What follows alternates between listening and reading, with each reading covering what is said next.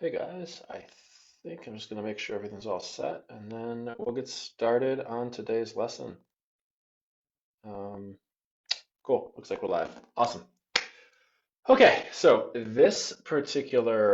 um, this particular training is going to be really interesting because we're going to be countering what I call, or what I have called, and what truly is the trauma that's caused by social indoctrination. It's a blind spot in our psyche that causes us to think that something is okay and should be okay when it's really not okay, and it really doesn't feel good in our body at all. So, what we're talking about today is literally the idea of wanting, right? So, what is wanting? Why is wanting causing those feelings? And what can, like, this might sound like total crap. So, for you guys, I'm just going to get started. I think that if we belabor me talking about why this thing that you don't know about is really important to talk about, it's not going to make any sense. So, let's pull up our doc. Cool. Well, here's the truth. You are dying a slow death by not allowing yourself to want. I'm gonna just let that sink in. I'm gonna say it one more time. You are dying a slow death by not allowing yourself to want. I almost wrote committing suicide, but I figured Facebook would not allow that. So this video is for you if you feel like you want too much, so don't even bother wanting. If you're afraid to dream, so like if you think about something and you say, ah, that's not for me, right? Or if you don't think that things you think of wanting or improvements in your life or whatever aren't, you don't deserve them. They're not in the budget. They're not needs, right? All these justifications. This is especially for you if you do not think you have or make enough to get what you want, because that all stems back to some esoteric stuff that basically resolves to self-worth. But I'm not going to talk about self-worth and the crazy spiritual aspects of this in this call. This is a very practical training, and it is going to get into just some really basic human nature and some really basic societal trauma um, that we have to deconstruct, to borrow a term from a good friend of mine. So let's talk about what wanting is. Wanting is personal meaning drawn from the noise of nothingness. What does that mean? It means I go through my day, I walk down the street, I think of something I want, I think of something else I want, I think of something else I want, and nobody else is having those thoughts. Those are personal to me, and they are meaningful, and they have value because I thought of them, right? Because they represent something going on for me, some feeling going on for me. And there are so many things that we could want. But ultimately, we want that thing that we thought of, or that set of things that we thought of, or that experience that we thought of. And um, and and so it's relevant to our experience and to our life. It's unique to you. Right? Nobody else is having this thought. You also feel the thought. You also feel the fact that it's yours. Um, so there's some truth here. And the truth is that it's really important to keep wanting. You're going to find out exactly how that is um, by the time we're done. So, what you'll probably say to I want that is I can't have it yet, right? I'm not allowed to want it. There are priorities and responsibilities to consider. So how do you know if it's okay? How do you actually choose if it's priorities or responsibilities or whatever? Do you use needs versus wants? That's what I was taught as a kid. Um, so I don't like needs versus wants. It's too polarizing. It's too dismissive. Um, and ego versus enthusiasm, that's one that I heard recently. Um, so the problem with that is it coming from this place of selfishness or is it coming from this place of vehement yes? Cool. All that that does is separate out like shoulds versus not shoulds, right? So that doesn't really help us. It just polarizes some more. Do you determine by what you can afford? So you check your wallet or check your bank account and say, nah, right now in this now moment, I can't afford it, so I'm going to cancel out that future vision. Do you just say F all that? I'm just going to haphazardly hope for the best. I don't try to do these alliterations, guys, I really promise. Haphazardly hope for the best and just get whatever I want. Screw everything else. It doesn't matter. Um,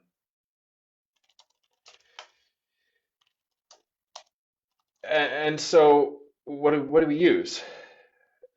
It doesn't matter what we use. It really, really, really, really doesn't. What matters is the pattern.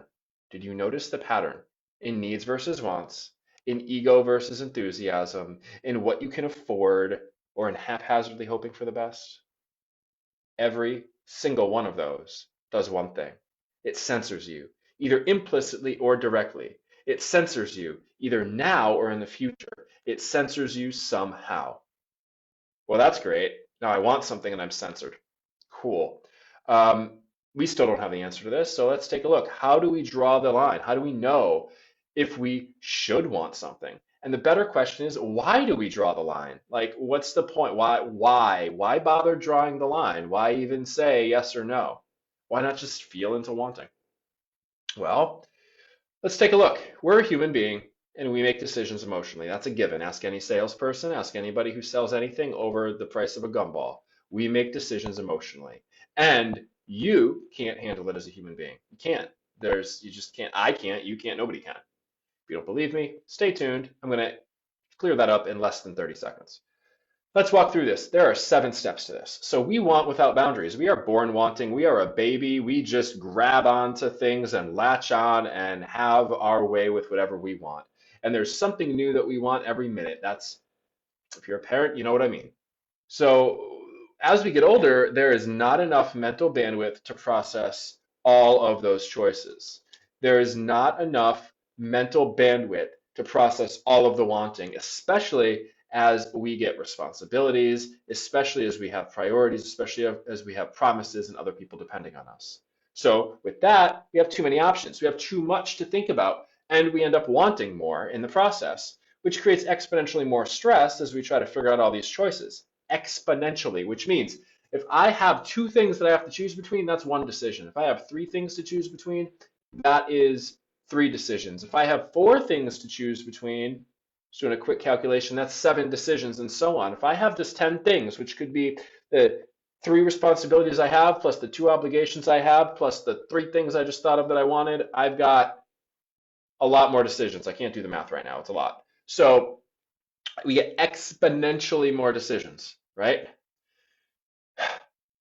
So as we want more, we get more decisions. And you can probably already tell by how I'm talking that our mind must do something with that, right? Our mind must apply bias to, our mind must apply bias to reduce stress. Bias tells us that's irrelevant. That's not for you. You don't need it. You already have one. It's not rational. You can wait. Finders keepers, if you find something and it's not yours, that's another bias. All these things are biases, and they're all designed to reduce the stress of this exponential desire. No, sorry, designed to reduce the exponential stress of your desire when you start wanting. Well, now we kind of have a problem, don't we? We have a lot of stress and we're making up some BS. All right, cool. Well, as more possibilities get added, if we are assuming that we can have unlimited wanting, there's more noise, there's more stress, there's more bias. So let's just slow down for a sec. Bias isn't bad. Bias isn't the kind of thing that is not supposed to be there. In fact, all of what we do is biased. Our entire story, tell any story. What you'll have is somebody who says it didn't happen that way. Yeah, of course, you're biased. Bias isn't bad. It's our survival mechanism, and it's designed to help us go from point A to point B without any stress. Well, that's exactly what's happening. So eventually, we stop trusting ourselves, though. We stop trusting that we can want because there's no longer any meaningful signal. There's no longer any, oh, I want that. That's super important to me. Because at this point, we've disregarded it, we bypassed it, we've abbreviated it, we condensed it, we consolidated it, and any other word that you can think of. That means we have basically shortened it, cheapened it, and made it not as important because we have too much to focus on. Notice I am not talking about not wanting here. I'm talking about having too much to focus on. So then we have to draw a line. That's why we draw the line. We have to stop this madness. We have to stop the stress. Needs versus wants. Well, that's a pretty clear line. Is it a need or a want? Well, how do you know? Right? Bills or needs? Really? Really, bills or needs? Okay, where's the human in there? Ego versus enthusiasm. Okay, well, where are bills in that? Where is that vacation that might take you 3 years to save up for in that? What can you afford? Well, if it's nothing right now, then that says a lot about your self-worth, doesn't it? So we have to draw a line. Now the question is, how do we draw the line? These are some common models up here. I'm not going to endorse those. And this whole process wasn't very satisfying, was it? It sort of defeats the whole the whole purpose of unlimited wanting. Why even bother, right? Perfect. This is a perfect video for you if you say, why even bother? Because you are killing yourself if you don't want. Think about it. In the moment of wanting, how excited are you? Some people don't even bother getting excited because they know they're not going to get what they want. I feel sorry for those people. Some people don't get what they want, and eventually they get dissatisfied, depressed, disenfranchised, delusional, any other D word because I like alliteration. Ultimately, they're bringing themselves down. I did not try to do that, I promise. So the thing about wanting is if we use any of these modalities, we are killing ourselves. We literally are. We are shutting our spirit down to the very thing that it's made for. So then what? What's the solution? How do we figure this out? I'm gonna take a deep breath here because that just worked me way up. What's the solution? Well, we have to recognize a few things. We first have to recognize that all decision making is emotional. So if we're going to make a decision, it has to be an emotional one. All decisions are about cost versus value as well. So that's the tricky part, right? If every decision is emotional, but we have to rationally think through cost versus value, how do we know it's a good decision? What, the value of something is greater than the cost of something? Sure. But how do we know that it's a good decision? Especially if how we feel and what we want changes moment to moment. You have to recognize that it's okay to want everything that you want. It truly is. We can just want without drawing judgments, without drawing stories, without coming to conclusions, without our needs versus wants, without our story, without our set stories, without our biases, whatever. We can just want. It is okay. And the only reason that we don't want, and hey, look, a typo, so you know this wasn't pre-recorded. The only reason that we don't want is because of societal indoctrination. The trauma of societal indoctrination.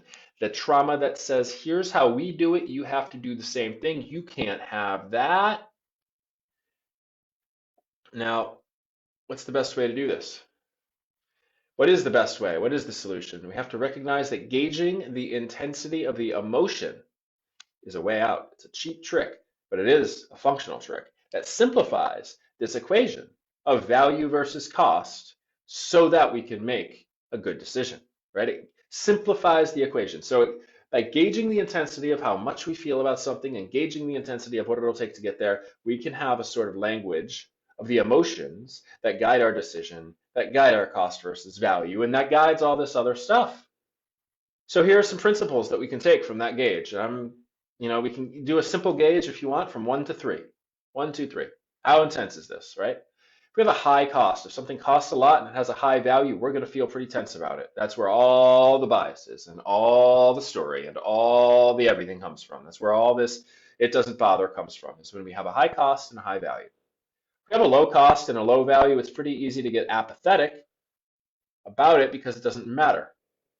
If we have a low cost and a high value, well, now we have to do some balancing. That's not listed here, but I just said it, right? If we have a low cost and a high value, usually that's called low-hanging fruit. But the process of elimination allows us to identify what's most relevant without sacrificing the fact that we can't get it. The elimination just in this current moment. So what I do is I write down everything I want, and then I gauge the emotion of it using some special tools that I'll talk about in a minute. And then I gauge how much I want each thing, the cost and the value of it. And then if I don't have, or if I have like 10 things that are really valuable to me that are low cost, I'm not going to necessarily look at the stuff that's high cost, high value, right? There's some techniques that we can apply here, but by eliminating what we're looking at, it simplifies things, but we don't want to completely eliminate those possibilities. What we don't want to say is we don't want to say there is no reason for me to want. What we do want to say is, well, that's not relevant right now. How do we know? How do we know that it's not relevant right now? Well, wouldn't a system that evaluates all of the desires that you have, all of those options, according to what's most impactful for you emotionally, what costs the most emotionally, how to balance all that be a good solution? Wouldn't something that makes that decision for you, simply the relationship between cost and value, be something that would simplify this if you could just accept these few basic things? Are these really reasonable? Are they unreasonable? Let me know if you think any of these are unreasonable, let me know in the comments. I actually really want to know. I think every single one of these is super reasonable. So look, if you're working with me, reach out to me right now. If you're watching this, reach out right now. I'm going to give you access to the map and the measurement tool to do exactly what we just talked about. I'm going to give you a few lessons that are going to model exactly how to do this for all the things that we want or have to feel like we give up in any moment. What that means is that you're not going to have to say, I don't deserve it, I can't get it, I can't afford it. You can be able to take everything that you want and map it out so that you know what you can get, how much of what you have you can allocate to what you can get, and so that you don't lose the desire that you have and the emotion that you have. Because ultimately, it's not just about this one thing that you want. You know, the straw that broke the camel's back isn't about the one straw, it's about all the other straws. So we don't want you apathetic. We don't want you shutting down. We don't want you thinking you can't afford it. We want you to not have to think about the cost of managing it and freaking out and creating all that story. So you're going to get that tool. You're going to get the lessons to use it. I'm going to give you a way, and here's another typo because I can type. I'm going to give you a way to instantly calibrate how much you might be blinding yourself with that bias. Because the bias that you carry about the story, about the things that you want that we just talked about, it's like a colored lens over your eyes. You don't get to see that color anymore. It just looks black. How much are you blinding yourself to things that you really value? I talk to so many people that don't even realize that they really value certain things because they've just given up. Well, if you're a student of ours, you're going to have a way to instantly do that. So reach out to me right now. If you're interested in becoming one, also reach out. I'll let you know how to do that.